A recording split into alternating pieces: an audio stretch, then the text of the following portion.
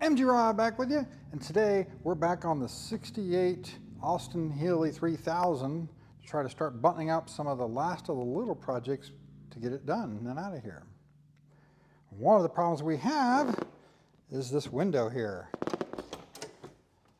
You notice the window moves around an awful lot, and it's really hard to roll up and down, and that's actually a relatively common issue because there's these little nylon pieces that go in here that guide them, and they disappear pretty much. They wear down, break, and fall out, and they need replaced.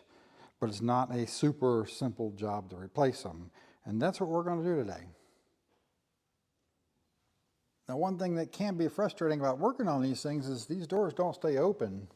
There's no like notches for it to stay open, but you can take two 2x4s. You can't put one in this way, but if you put two of them side by side, you can slide it right in here between the hinge and the door, and it'll stay open, and you can work on it. Now, this car does not have all the right hardware on it, so as I'm taking it apart, it's not 100% correct, because the escutcheons are missing behind here, so there should be an escutcheon with a spring and a cap and everything here, and all that's missing, plus it's actually got screws in here rather than the drive pins that are supposed to be in there. So that's going to be different than a car you try to work on if yours is actually put together correctly. So since this thing has screws behind it, I'll just be taking these screws out here. All right, now that I got those off, we got two screws underneath this handle here, which are Phillips.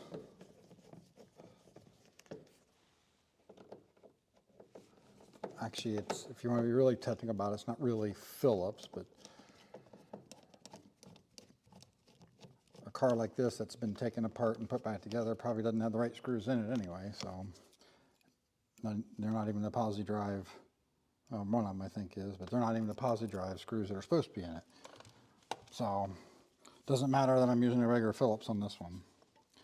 So now, taking the door panel off, you have a couple choices. You got some removal tools, like this is a door panel removal tool, but you can also use these interior trim tools here, like this. You get back in behind here and look for the clips, get that behind the clip and just pop.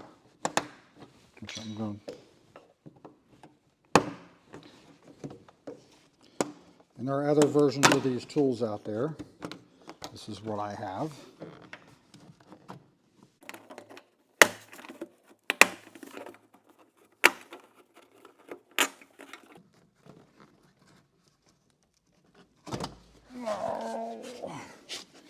Where's my, oh yeah, there's no clip there. This isn't an MG, this is a Austin Healey. Now, this thing actually clips over the front of the door, slides over this way. And when you get one of these tools in here, you want to get this in right here and pop it. You can get right beside it too usually, but you're better off to try to catch it, know that you're catching it there.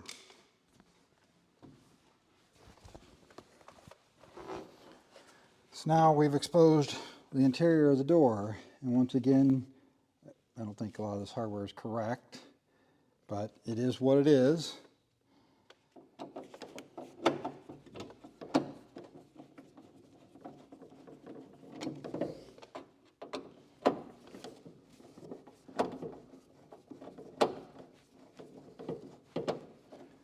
This is not a job I can say I've done all that many times here,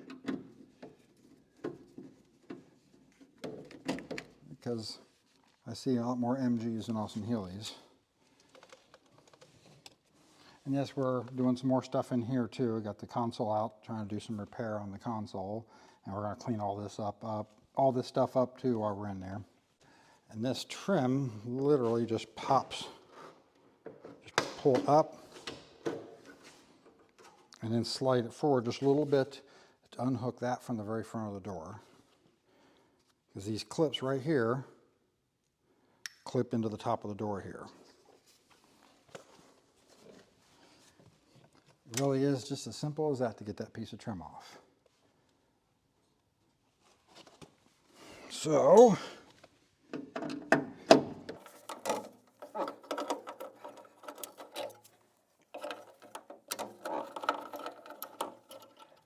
what I've done on the other side is actually taken this loose, which can be difficult to take loose. This thing doesn't want to roll up really easily, because they put a screw exactly in line with the quarter window or wing vent or quarter light, however you want to say it. This ain't the right screwdriver. Hold on a second, let me get the bigger one already.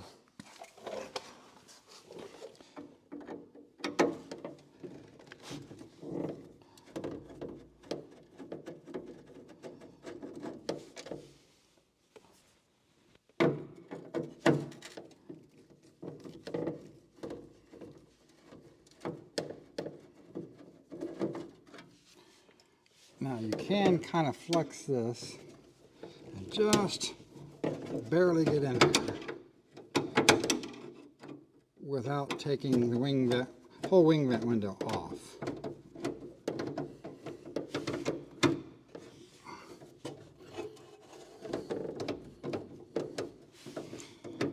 Which there are little tiny screws on the outside there, and they're fairly easy to strip out, so if you don't have to take it apart, I'd prefer not to.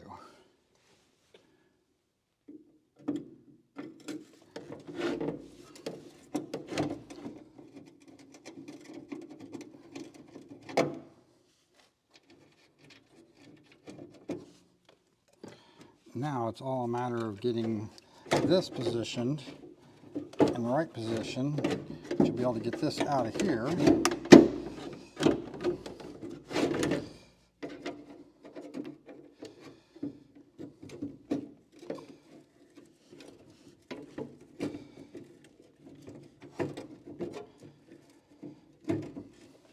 Get it to slide out.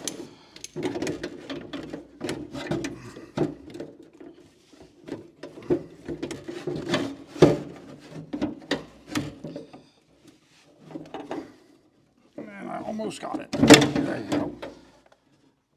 Then this should come up out of there. And why isn't it coming up out of there?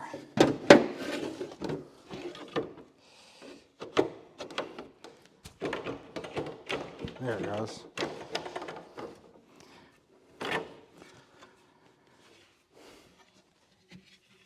So there's the window out of there.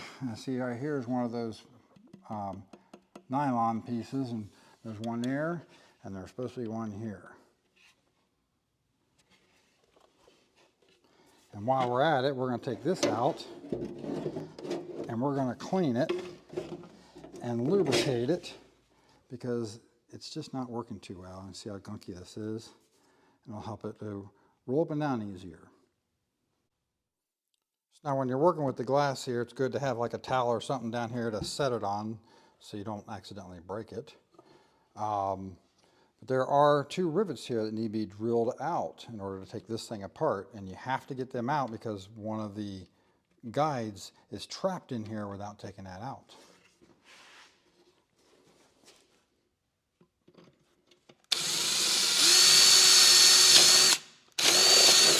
These are just 1/8 inch rivets, so an 1/8 inch drill bit.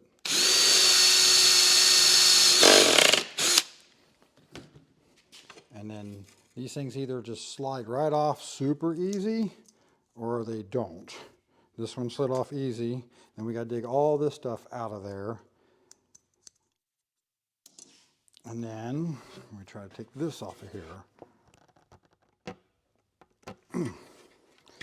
This one, it is coming off rather difficult.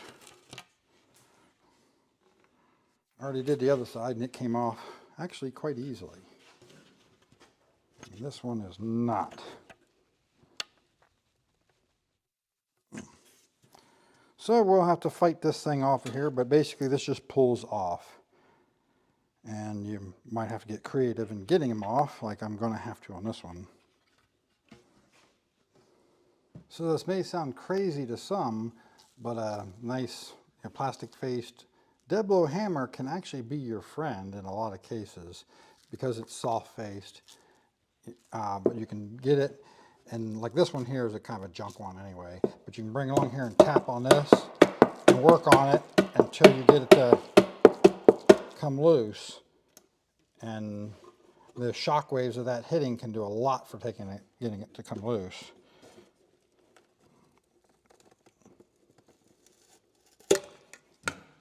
So part of my big problem, I think, is rust down in here has made it a little tighter than it was originally.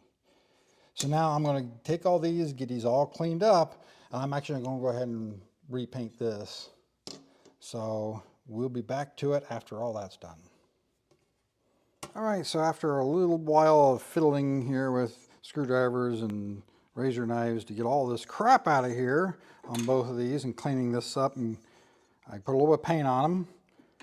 Now I'm not restoring this thing, I'm just trying to make it look a little bit nicer. I use a trim black, which gives it about the right kind of sheen to match the original. So the original guides, here's what's left of the three. This is what's left of one of them, this is what's left of another one, and then this is what's left of the third. Nothing. This is what they should all look like. Now you can see they're pretty thin right here so it can break, but sometimes this whole end will just be gone, and this will be worn away here, and this will still be in there. And in the case of the top one, it just shattered and disappeared somewhere. So when we're putting these things together, I had actually gotten the right seal, the seal they sell for this, and this was actually quite difficult to work with. Made it very difficult to slide this on here because it's a little too thick. It's very rubber-like and doesn't flex quite enough. So what I'm actually using is this stuff here. This is actually used on wing vent windows. I've used this before on a lot of cars, and the stuff that came out of these looked exactly like this, not like this. So I decided to buy this, and this stuff's actually a little cheaper. It's sold by the foot, and when you buy these rolls, they're about 16 bucks a side. To buy 6 feet of this, which is a little more than you need, is about 15, 16 bucks. So a lot easier to work with, and it's more of a tar based, and it kind of gets sticky and holds in there, and it will hold the window in there nicely, so I'm just using that. So what we need to do, this is going to go into here. Now we need this to go up on here, since we got angles we're dealing with. We need this to go on here, and for this to not be loose on the end, in order for this to all line up when you're done. So what I'm going to do is I'm going to make a little mark right here, and right here with a grease pencil, to help me kind of line this up, to make it a little bit easier to get it where we want it as we're sliding it on. And we just take a piece of this. We know it's going to be just a little shy of this corner, and about down to there was about the length of the original. And this can be a little fiddly job to do. And in this case, this one's actually fitting kind of snugly, which is really going to help a lot, because if that's not, then you're fighting to hold that at the same time. But we can kind of get this somewhat shaped a little bit to start with.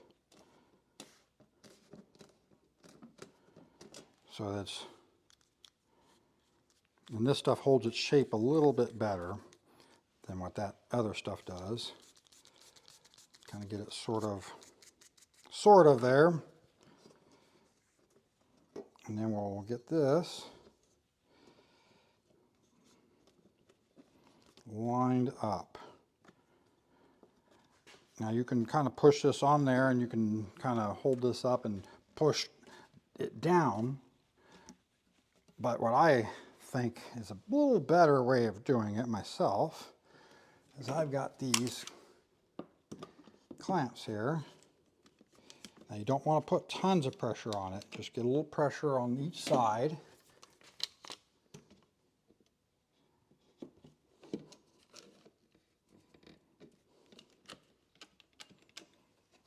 And it's going to want to, which actually I think putting it more towards the middle helps.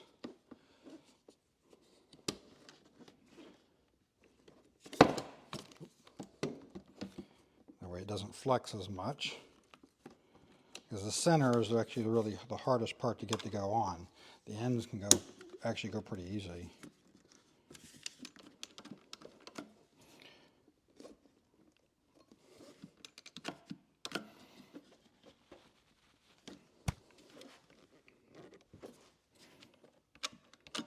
Just ease it on there.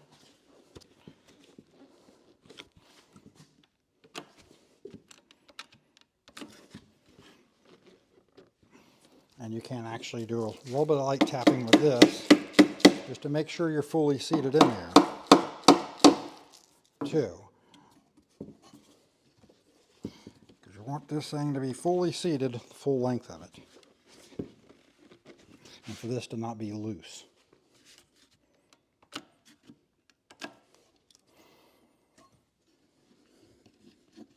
I think we might have it here.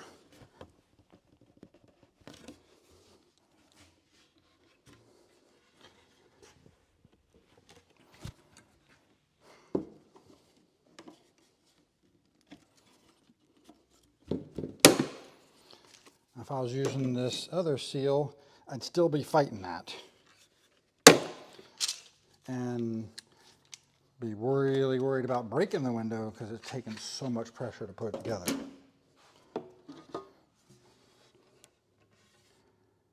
All right. Then we're going to do the same thing with this here. One interesting thing about the way these are made, this is the same bar left and right. All you do is flip it around, and they have the holes in here for left and right. So you match the curve this way, and we know we're lining up here, and we can cut this to where it's just about right at the end of that. Right down here, just shy of the corner.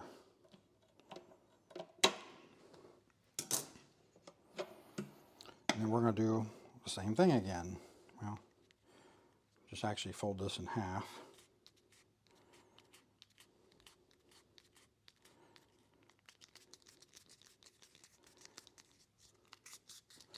But this time we're dealing with two of these things.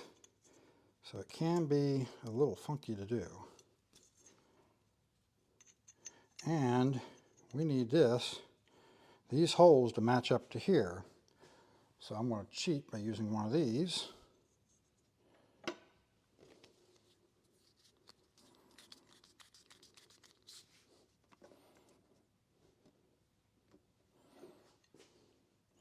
And yes, it can be a little fun to line all this stuff up and hold it all at the same time.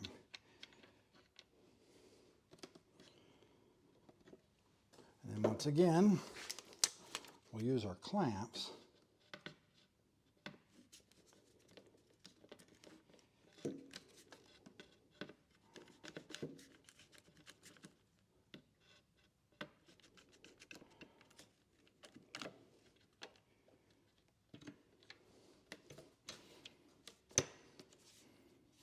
And then we'll cheat by using this to line that up.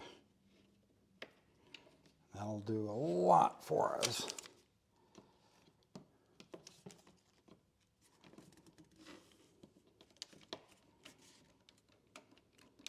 Because that'll guide that right in where we want it.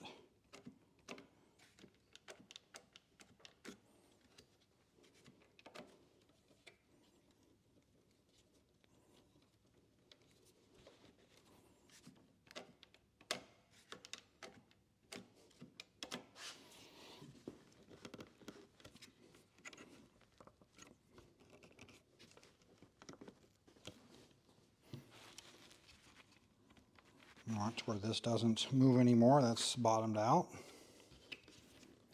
And then I'm using stainless steel rivets.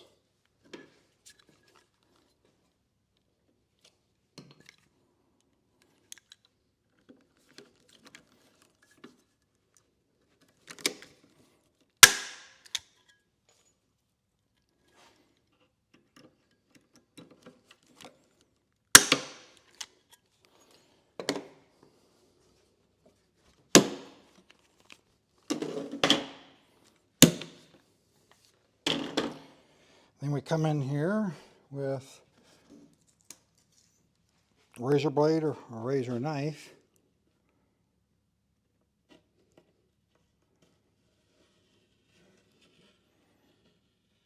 Trim that flush on both sides, and then we're ready to put it in the car. This side you don't really have to trim. They didn't from the factory. So before we actually put the door together, the little bump stop, window stop at the bottom, this is what kind of condition it was in. These are really cheap, like $2. So, but they are funky in how they go in. They only have a hole on one side where the rivet goes through. So it goes through the metal tab in here, through the metal tab, and then through this hole where it's like this. So it, it's not, it's a little fiddly to install because you gotta kind of hold and pull and try to get things to line up. But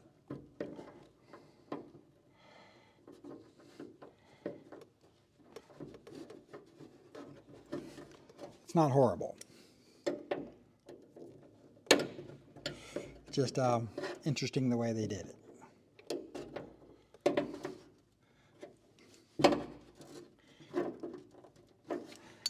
Then there's a little washer that goes on there, and it's just a split rivet, so just a little screwdriver here to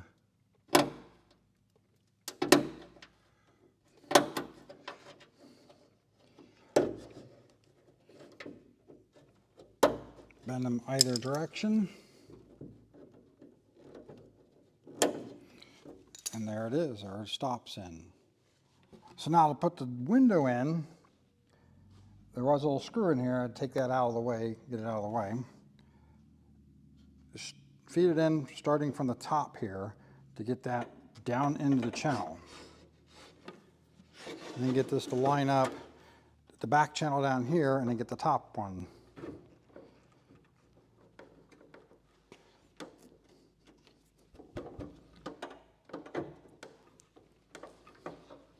These are a little snug in there.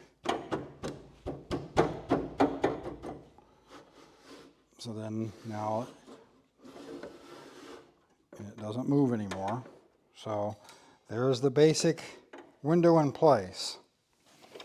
Now you got the fun of getting all this to line up with that. Now I went ahead and cleaned this and re-lubricated it. It felt like it was full of sand, but we're good to go. You get that.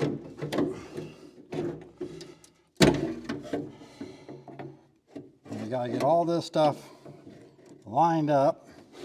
That's where you get this to go in, and that's once again just getting it in the right position. And that can actually be just slightly harder now because the window won't move as much as when you were taking it out. But we got it in, and then you got to adjust this to where you can get the screws to line back up while holding everything with your other hand. This is something where if you got a helper, it can help to employ your helper. So then we're going to turn that until we get that to line up.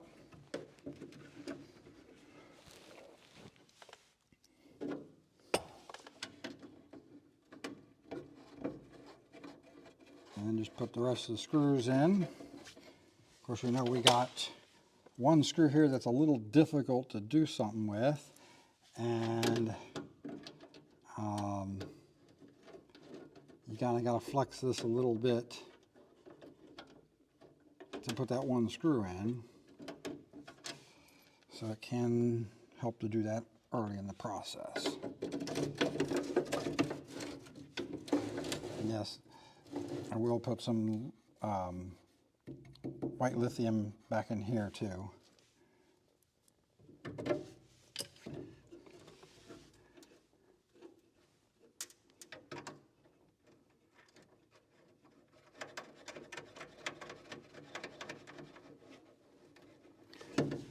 And then the rest of it, as they say, is reverse of removal. Just a matter of putting everything back together.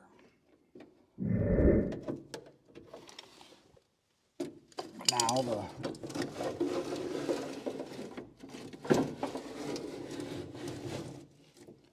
goes up and down like it should, doesn't bind like it used to.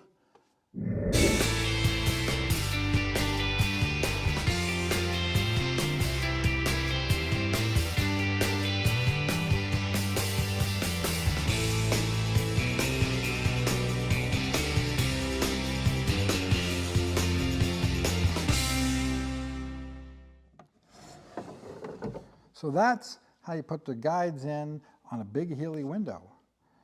If you really appreciate the information I'm giving you and you like my videos, give this video a thumbs up.